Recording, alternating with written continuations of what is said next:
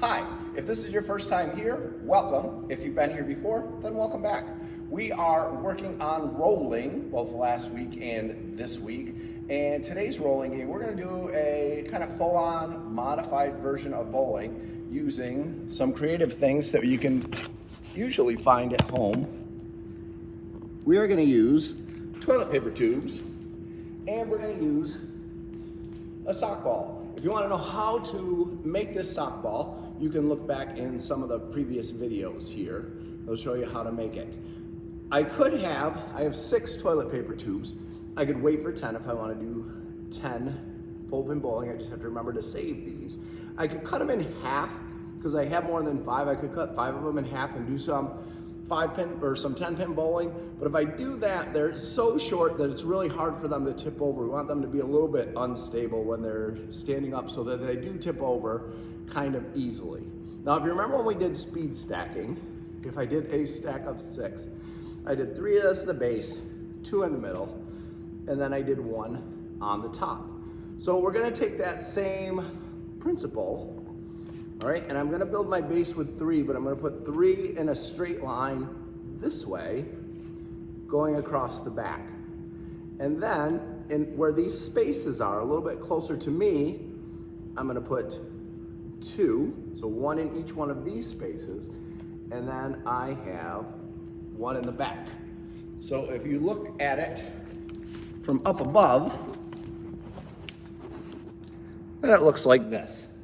So that is my setup, where the 1 single pin is closest to me. I'm gonna take some steps back, and I can determine how far back is the right place. If I knock them down all the time, every time, I'm probably a little bit too close. If I keep rolling and I don't hit any of the pins, I'm probably too far away, so I can move to a space that's a little bit better. Now, when we roll or when we bowl, especially when we're doing it with toilet paper tubes, I'm gonna look for the head pin. That's the one that is closest to me. It's the 1 single pin that's close to me. It's at the front of this triangle.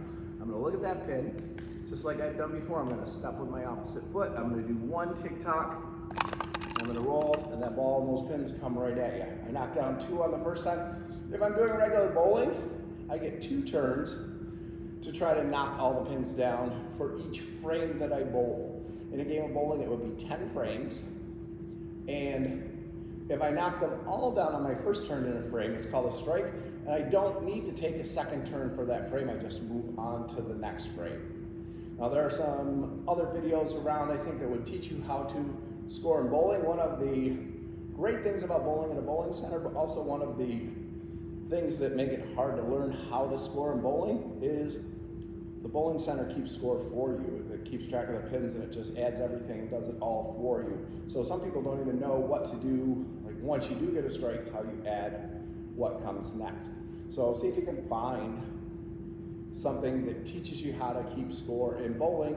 And if you do that and you find it, tell me about it.